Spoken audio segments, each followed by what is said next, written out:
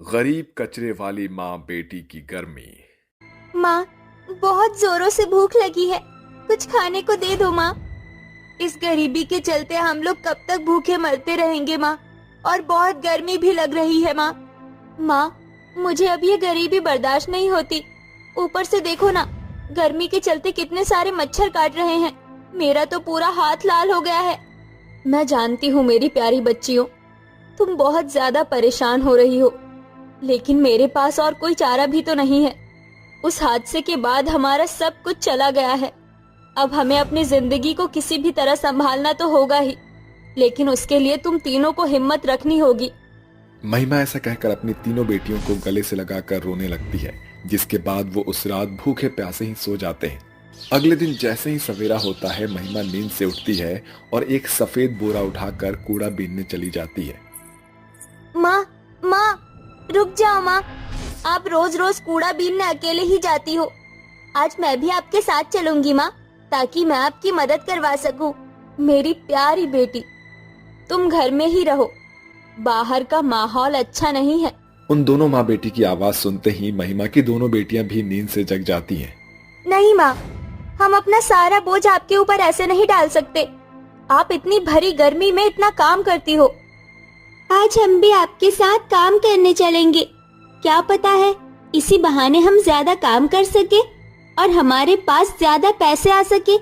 अपनी तीनों बेटियों की बात सुनकर महिमा की आंखों में आंसू आ जाते हैं, जिसके बाद वो अपनी तीनों गरीब बेटियों के साथ गर्मी में कूड़ा कचरा बीनने चली जाती है। वो एक पार्क के अंदर से ढेर सारा कूड़ा कचरा बीन रहे होते हैं कि तभी हेमा गर्मी में बेहोश हो जाती है, जिसके चलते पार्क में बैठी हुई कुछ औरतें कहती है, अरे देखो तो सही, कितनी कमबख्त औरत है। इतनी भरी गर्मी में अपनी तीनों बेटियों को अपने साथ यहाँ काम करने के लिए लेकर आई है। अरे इसके जैसी औरतों को तो पानी में डूबकर मर जाना चाहिए, जो खुद तो कूड़ा कचरा बीनती ही है, ऊपर से अपनी बेटियों को भी कूड़ा कचरा बीनने के लिए ले आती है। महिमा से उन औरतों की बातें बर्दाश्त नहीं होती, जिसके चलते महिमा रोते हुए उन औरतों से कहती है, मैडम साहब, आपको क्या लगता है कि ये सब मैं अपने शौक के लिए करवा रही हूँ? अरे मेरी बेटियां मेरी मजबूरी, मेरी गरीबी समझती है, इसीलिए मेरी मदद कर रही है। इसका मतलब ये नहीं कि मैं अपनी बेटियों से जबरदस्ती ये काम करवा रही हूँ। महिमा ये सब कहती ही है कि तभी रूपाली उन औरतों से कहती है, आंटी जी, जरा मुझे एक बात बताइए, अगर भगवान न करे आगे जाकर कभी आपको कोई परेशानी हो जाए या फिर आप अपाहिज हो जाए, तो क्या आपके बच्चे आपकी मदद नहीं करेंगे? मेरी माँ मजबूर है, गरीब है, तो क्या हमें उनकी मदद नहीं करनी चाहिए? और फिर आप तो जानती ही हो, कोई काम छोटा या बड़ा नहीं होता, इंसान के ऊपर निर्भर करता है कि वो किस काम को अपने लायक समझता है और किस काम को अपने लायक नहीं समझता। इस दुनिया में हर एक काम का अपना मूल्य है।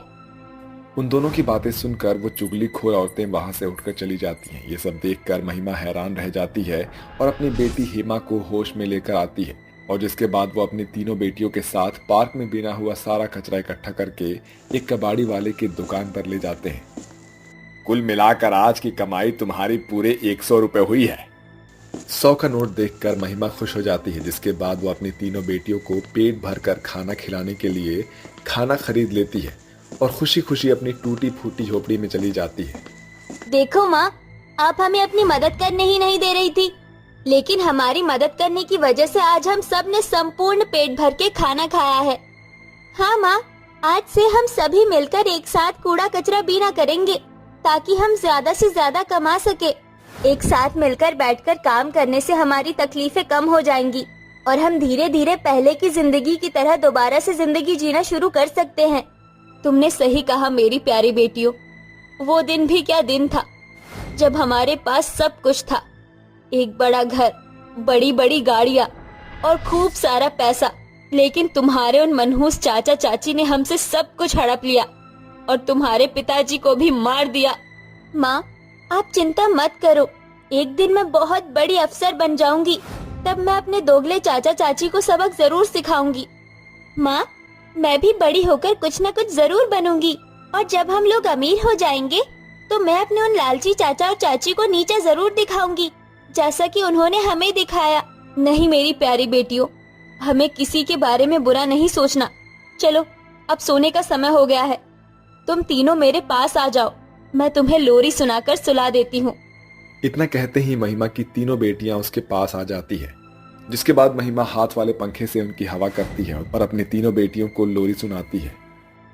चंदनिया छुप जाना रे, क्षण भर को लुक जाना रे, नींद आँखों में आए, बिटिया मेरी सो जाए, लेके गोद में सुलाऊं, गाऊं रात भर सुनाऊं, मैं लोरी लोरी हूँ, मैं लोरी लोरी। लोरी सुनते ही तीनों सो जाती हैं। अगले दिन जब सवेरा होता है, महिमा अपनी तीनों बेटियों के साथ गर्मी में कूड़ा कचरा बीनने निकल पड़ती है। ऐसे ही कुछ समय तक वो कूड़ा कचरा बीनते बीनते अपना गुजारा करते रहते हैं। एक दिन महिमा अपनी तीनों बेटियों का स्कूल में एडमिशन करवा देती है। बिटिया, मन लगाकर पढ़ाई करना, मैं तुम तीनों के सारे सपने पूरे करना चाहती हूँ और तुम्हें अपनी आंखों के सामने सक्सेसफुल होते हुए देखना चाहती हूँ, जिसके लिए मुझे इस भरी गर्मी में कड़ी से कड़ी मेहनत करनी पड़ेगी, तो भी मैं करूंगी।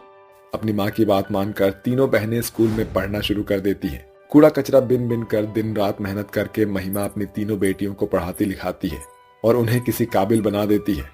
एक दिन महिमा फिर से रास्ते से कूड़ा कचरा बिनते हुए जा रही थी।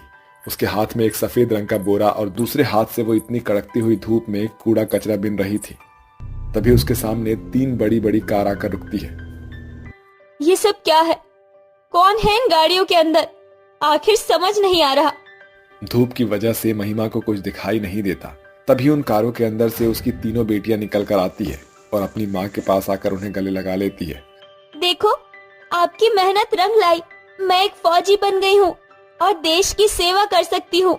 माँ, मैं भी डॉक्टर बन गई हूँ और अब मैं कई मरीजों का अच्छे से इलाज करती हूँ।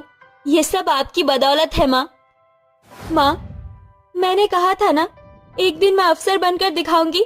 देखो माँ, मैं अफसर बन गई हूँ। अब आपको कूड़ा कचरा बीनने की कोई जरूरत नहीं है। चलो माँ, हमारे साथ चलो।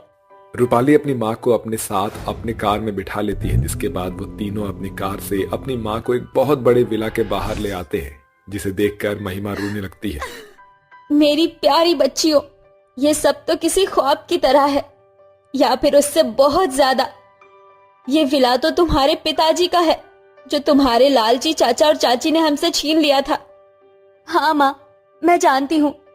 माँ, मेरा बरसों से यही सपना था कि हम अपने घर वापस लौट आए। आपने इतना सब कुछ सहन किया, इतनी गर्मी सहन की। ये हम तीनों बहनों की तरफ से आपको छोटी सी भेंट। और हम तीनों बहनों ने हमारे चाचा और चाची को उनके हिस्से का सबक भी सिखा दिया है। महिमा अपनी तीनों बेटियों को गले से लगा लेती है। ये वक्त इतनी जल्दी कब गुजरा मुझे तो पता ही नहीं चला। आज तुम तीनों ने मेरा सपना पूरा किया। मैं बहुत खुश हूँ। चलो, हमें अब अपने घर के अंदर जाना चाहिए। महिमा अपनी तीनों बेटियों के साथ अपने विला में चली जाती है, जहाँ एसी की ठंडक होती है, और वो भरी गर्मी में कूड़ा कचरा बिनना छोड़ देती है और अपनी तीनों बेटियों के साथ खुशी खुशी अपने विला में रहने लगती है।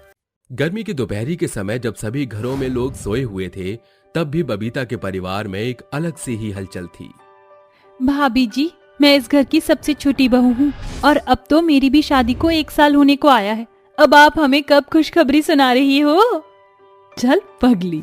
वैसे भाभी जी, मैं तो आप चारों से ही बोल रही थी, आपको इतनी शर्म क्यों आ रही है?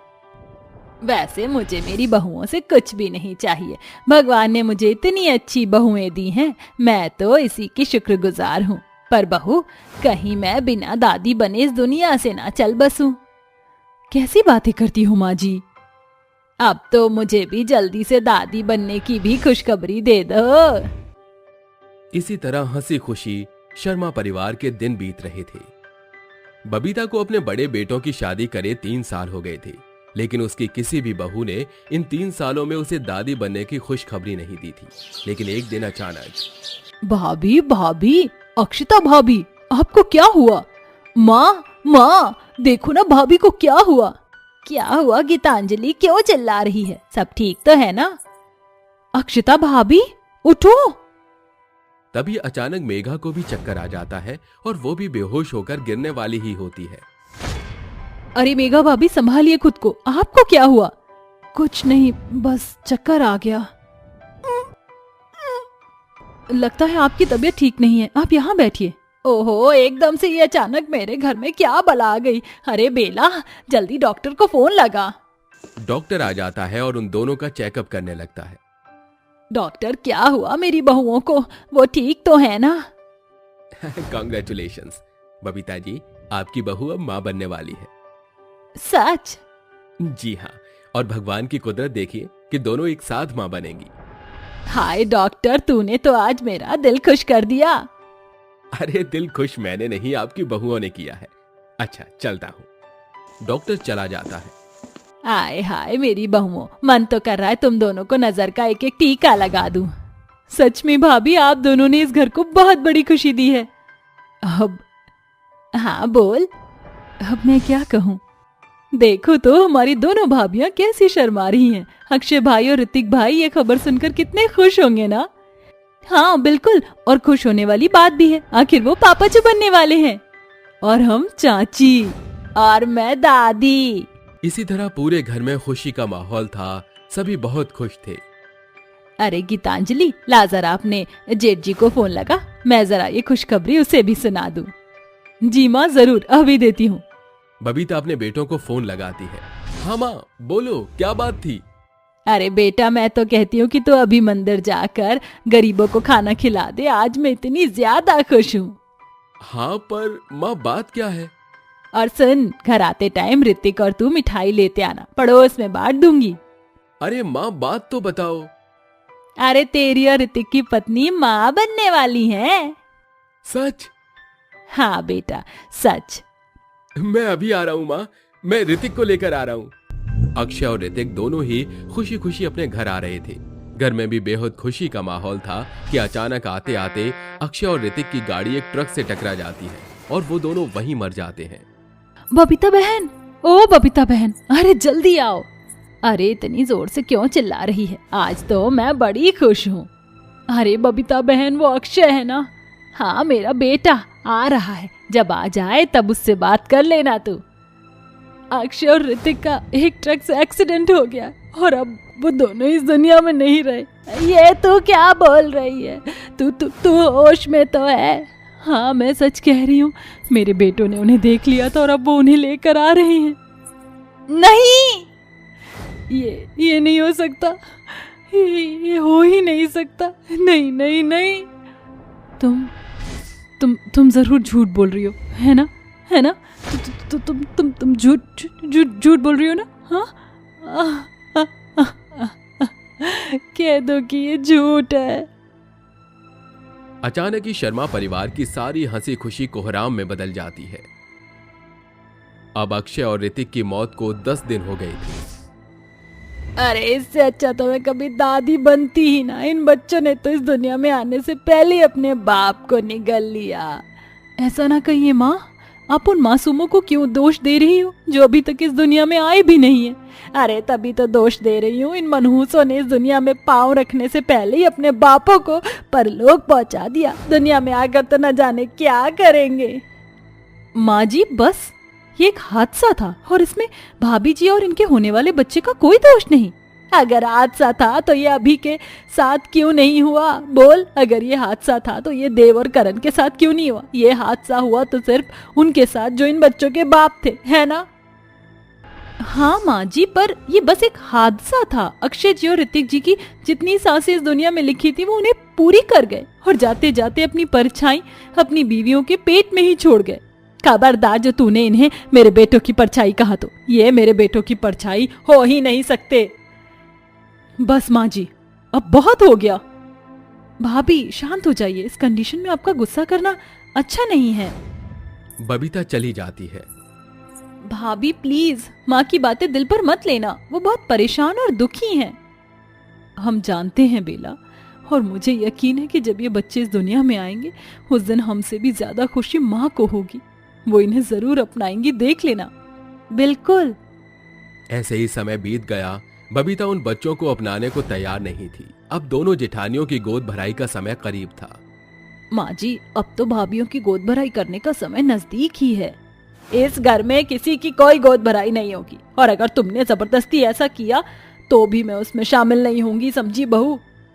ऐसा मत कहिए ना, इस घर में पूरे 3 सालों बाद ये खुशियां आ रही है, इसे अपना लीजिए ना माँ। जिन्होंने मुझसे मेरे बेटों को छीना है, मैं उन्हें हरगिज नहीं अपनाने वाली। बबीता जिद पकड़े हुए थी। देखते ही देखते गोद भराई का दिन आ गया। बबीता उस दिन भी गोद भराई के लिए राजी नहीं थी। गीतांजलि और मायरा भाभी माँ तो कैसे भी गोद भराई की रस्म को करने के लिए नहीं मान रही हैं। माँ तो चाहती हैं कि ये बच्चे भी इस दुनिया में ना आए। तो क्या ऐसा होगा कि ये बच्चे इस दुनिया में नहीं आएंगे? अपने बेटों की मौत से माँ को बहुत बड़ा झटका लगा था। माँ के लिए अक्षय और ऋतिक जी उसी तरह थे जिस तरह हमारी जेठानियों के लिए उनके बच्चे। हमें माँ को थोड़ा और समय देना चाहिए। हाँ भाभी, शायद आप ठीक कहती हो, लेकिन गोद भराई का क्या? वो रस्म हम करेंगे, चलो तैयारी करते हैं।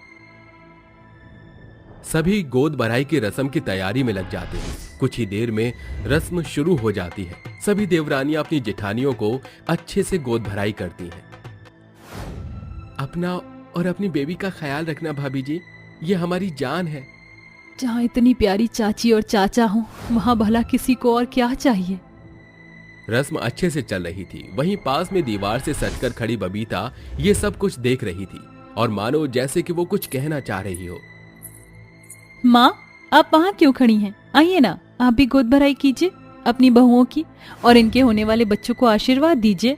मुझे नहीं आना, मुझे। माँ, आपकी आंखें सब कुछ बोल रही हैं।